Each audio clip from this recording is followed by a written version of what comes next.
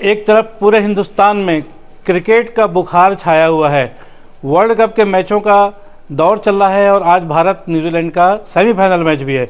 और एक कहावत है कि जो जीता वो सिकंदर, मतलब आखिरी गेंद में जो छक्का मारने का जो आनंद आता है और मैच को जीतने का, उसकी तो बात ही अलग है। इसी तरह आज छत्तीसगढ़ विधानसभा चुनाव का प्रचार का आखिरी दिन है और जाहिर सी बात है, जब आखिरी ओवर चल रहा होता है जैसे, वैसे ही जब अंतिम चरण का जो प्रचार चल रहा होता है उसकी बात ही कुछ और होती है। मैं हूं बीडी निजामी और आप देख रहे हैं न्यूज़ T20।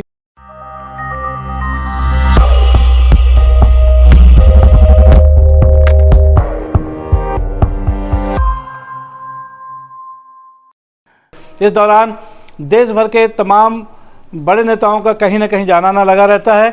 दुर्ग जिले की राजनीति में भी आज भारतीय जनता पार्टी की ओर से केंद्रीय मंत्री अनुराग सिंह यहां पर पहुंचे, जो कि बेमेतरा और वैशाली नगर जैसे विधानसभा क्षेत्रों में उन्होंने रिकेश सेन के पक्ष में चुनाव प्रचार किया। वहीं दूसरी तरफ प्रदेश के मुखिया भूपेश बघेल स्वयं आज अहिवारा विधानसभा पहुंचे और वहां उन्होंने रोड शो किया। इसी बीच में देखा जाए तो जो दुर्ग जिले की जो 6 विधानसभा सीटें हैं, यहाँ के सभी प्रत्याशियों ने, चाहे वो कांग्रेस का हो चाहे भारतीय जनता पार्टी के, सभी ने आज रोड शो किए और अपने अपने विधानसभा क्षेत्रों में जबरदस्त धूम धड़ाके के साथ प्रचार किया। हम जो आपको रिपोर्ट दिखाने वाले हैं उसमें आप देखेंगे कि किस तरह जैसे वैशाली नगर से मुकेश चंद्राकर जो कांग्रेस के प्रत्याशी हैं, उन्होंने अपने चुनावी कार्यालय से, जो केंद्रीय कार्यालय है उनका, वहाँ से एक रैली निकाली और क्षेत्र के तमाम वार्डों से होते हुए उन्होंने अपने रैली का समापन किया। इस दौरान उनके साथ जितने भी लोग शामिल थे उन लोगों ने कांग्रेस के पक्ष में जबरदस्त माहौल बनाया। वहीं उनके प्रतिद्वंदी रिकेश सेन ने, जो भारतीय जनता पार्टी के उम्मीदवार हैं, उन्होंने कृष्णा गार्डन शांतिनगर से अपनी रैली निकाली और वो कोहका अवंतीबाई चौक होते हुए तमाम वार्डों में उन्होंने अपने लिए मतदान की अपील की, लोगों से भारतीय जनता पार्टी की सरकार बनाने का आह्वान किया। और उन्हीं के समर्थन के लिए दिल्ली से केंद्रीय मंत्री अनुराग सिंह स्वयं यहां पर पहुंचे और उन्होंने रिकेश सेन के पक्ष में चुनाव प्रचार भी किया। एक और विधानसभा है पाटन, जो कि हाई प्रोफाइल सीट है मुख्यमंत्री भूपेश बघेल की और सांसद भारतीय जनता पार्टी के विजय बघेल की। विजय बघेल ने एक रैली निकाली, उनके समर्थकों ने खासतौर पर पाटन में, जहां पर सवेरे 11 साढ़े 11 बजे विजय बघेल स्वयं उपस्थित हुए और लगभग 2 घंटे के भ्रमण के बाद उन्होंने उसका समापन किया। उसके बाद लगभग 2:30 बजे विजय बघेल कुम्हारी पहुंचे और कुम्हारी में एक जबरदस्त कार्यकर्ताओं की भीड़ के साथ उन्होंने बाजार पारा कुम्हारी चौक से होते हुए जो हाउसिंग बोर्ड कॉलोनी है वहां पर उन्होंने रैली का समापन किया। उसके बाद वहां पर मौजूद कार्यकर्ताओं को संबोधित करते हुए कहा कि इस बार बहुत बड़ा इतिहास दोहराया जाने वाला है और एक बार फिर से भारतीय जनता पार्टी की सरकार बनेगी। विजय बघेल ने अपनी जीत का दावा करते हुए एक बार फिर अपने कार्यकर्ताओं के प्रति आभार व्यक्त किया। वहीं दूसरी तरफ पाटन मुख्यमंत्री गढ़ है, अमित जोगी भी ताल ठोक रहे हैं। इन दोनों पार्टी के लोगों ने भी अंतिम दिन जो है अपने अपने पक्ष में वोट मांगे। अब हम बात करेंगे अहिवारा विधानसभा की। अहिवारा विधानसभा जहां पर निर्मल कोसरे, जो कि कांग्रेस के प्रत्याशी हैं, महापौर हैं भिलाई चरोदा नगर पालिका निगम के, उनके समर्थन में जबरदस्त रैली निकाली गई।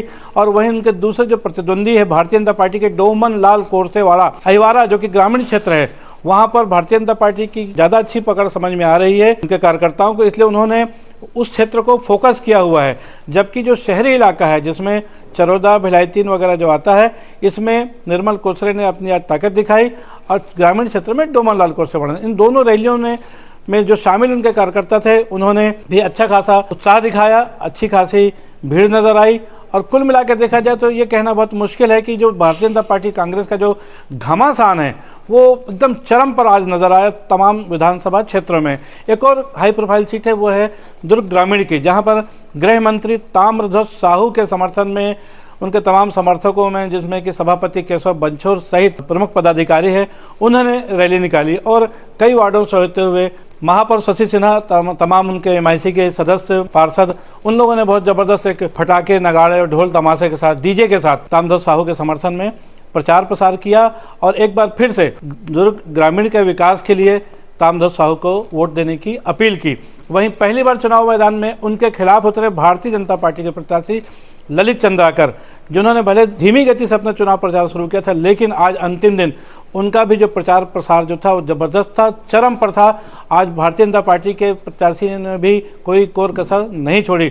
ललित चंद्राकर के पक्ष में भी उनके आसपास के जितने भी वहाँ के पार्षद हैं नगर निगम रिसाली के, उसके अलावा जो दुर्ग जिला भारतीय जनता पार्टी के पदाधिकारी हैं, तमाम लोग पूरी मुस्तैदी के साथ रोड शो को, रैली को संवारने सजाने में लगे हुए थे।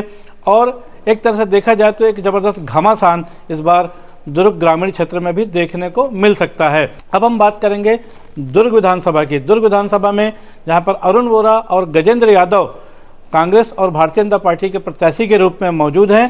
गजेंद्र यादव ने भी रैली आज निकाली अंतिम दिन, जबकि अरुण वोरा की तरफ से लगातार रैलियां निकल रही थी, इसलिए उन्होंने रैली पर ज़्यादा फोकस नहीं किया।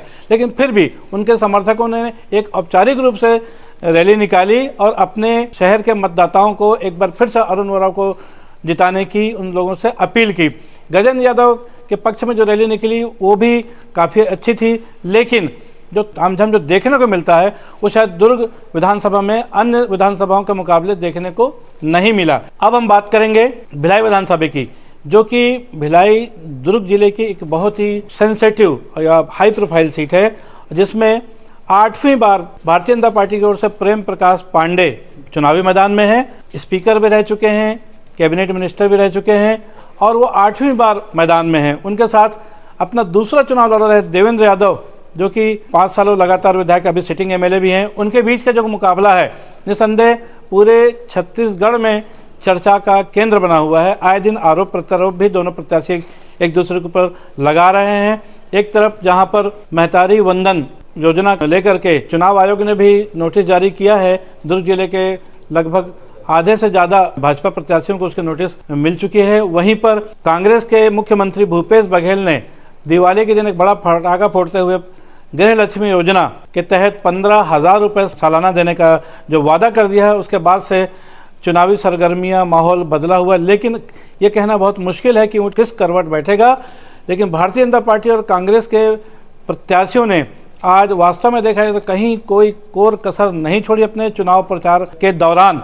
और देखना है कि परसों जब मतदान होना है 17 तारीख को और जब परिणाम आएगा 3 दिसंबर को, तो ये जो चुनाव प्रचार है किस पार्टी के किस प्रत्याशी के पक्ष में कितना मजबूती से हुआ है, इसका पता तो 3 दिसंबर को ही लगेगा। तब तक आप हमको सबको इंतज़ार करना पड़ेगा। आप भी इंतज़ार किए, हम भी इंतज़ार करें। आज भले ही चुनाव प्रचार थम गया है, लेकिन डोर टू डोर कन्वेंसिंग का सिलसिला तो कल भी जारी रहेगा। और 17 तारीख को मतदान के बाद जब 3 तारीख के बीच का जो माहौल है, तब भी हम आपसे रूबरू होते रहेंगे, ये बताते रहेंगे कि और जो प्रत्याशी जो चुनाव लड़े हैं, हम कोशिश करेंगे कि उनको भी अपने स्टूडियो बुलाकर या उनसे चर्चा करके किसी भी जगह उनके अनुमानों को लेकर किस तरह से उनका चुनाव हुआ है, उनकी क्या संभावनाएं हैं, हम कोशिश करेंगे प्रत्याशियों से भी बात करने की और ये जानने की कोशिश करेंगे कि चुनाव के दौरान उनका अनुभव क्या रहा और उनके वोट परसेंटेज क्या रहे पिछले चुनाव की तुलना में, और किसकी जीत की संभावनाएं कितनी बन रही हैं। इस बारे में हम डे बाय डे अपडेट करने का प्रयास करेंगे न्यूज़ T20 के माध्यम से। इसलिए देखते रहिए न्यूज़ T20। आज के लिए बस इतना ही, कल फिर मिलेंगे किसी नई खबर के साथ। तब तक के लिए दीजिए इजाज़त। जय हिंद, जय भारत, जय छत्तीसगढ़।